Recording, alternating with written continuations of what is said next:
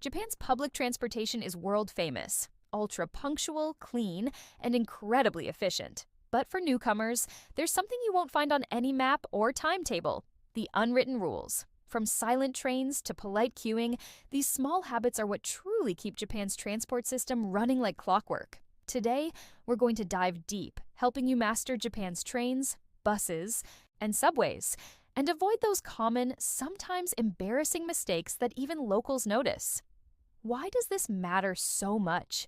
Because Japan moves on rails. Millions upon millions of people rely on trains and subways every single day to get to work, school, and everywhere in between. But what makes it all work so smoothly isn't just the advanced technology, it's a culture where harmony and respect are absolutely key. Knowing how to behave on public transport shows you understand and respect Japan's social rhythm. It's about more than just getting from point A to B, it's about being part of a collective effort to make everyone's journey pleasant. Let's see what that really means in practice. First up, the art of queuing. This is probably the first thing you'll notice. At train platforms, you'll see arrows and markings on the ground. These aren't just decorations. They show exactly where to stand and form neat lines for each train car door. When the train arrives and the doors open, don't rush in.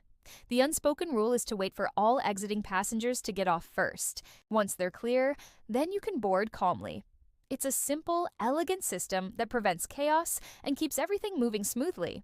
It's a small act of patience that shows immense respect for others.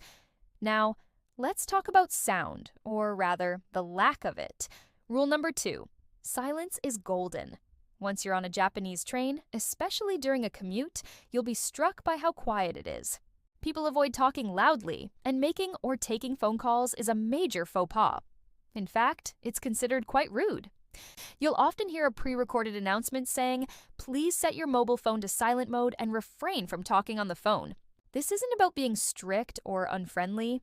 It's about creating a calm, shared space where everyone can relax, read, or just have a moment of peace during a busy day. It's a collective agreement to maintain a tranquil environment for all. Next up, food and drink. Rule number 3 is no eating, no mess. On local commuter trains or city buses, eating and drinking are generally frowned upon. This is a big reason why public transport stays so incredibly clean.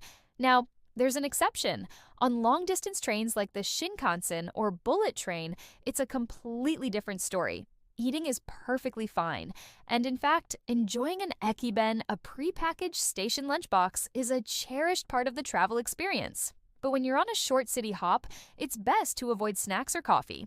Cleanliness is a point of national pride in Japan, and everyone does their part to keep it that way.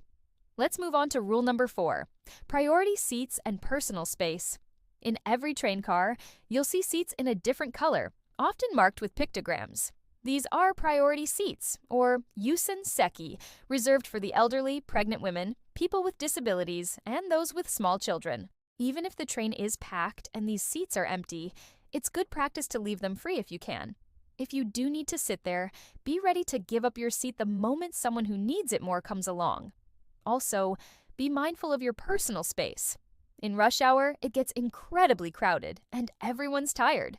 Try not to spread out. Keep your backpack in front of you or between your legs, not on your back where it can bump into people. It's a small adjustment that makes a huge difference in a packed car. Beyond the big rules, there are smaller, more subtle ones that truly separate the tourists from the pros. Let's call this rule number 5. Mind the minor details.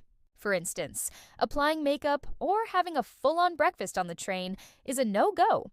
It's seen as a private activity that shouldn't be done in a public space. Another one is headphone volume. If the person next to you can hear your music, it's definitely too loud. Keep the volume low enough that only you can hear it. And here's a very specific one. If you're standing or sitting near the priority seat area, the announcements will ask you to turn off your phone completely. This is a precaution for passengers who may have medical devices like pacemakers, as older phones were thought to potentially interfere with them. While the risk is minimal with modern phones, the rule remains as a sign of utmost care and consideration. Finally, let's talk about navigating like a local. Mastering the system isn't just about etiquette, it's also about efficiency. First, get an IC card like a Suica or Pasmo. You just tap it on the reader at the ticket gate, And it makes transfers between different train lines and buses seamless.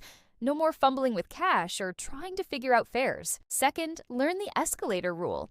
In Tokyo and most of Japan, you stand on the left and walk on the right. But in Osaka and the Kansai region, it's the opposite. Stand on the right, walk on the left. Getting this right is a small but satisfying sign that you're in tune with the local flow. And during rush hour, if a train looks completely full, don't try to squeeze in.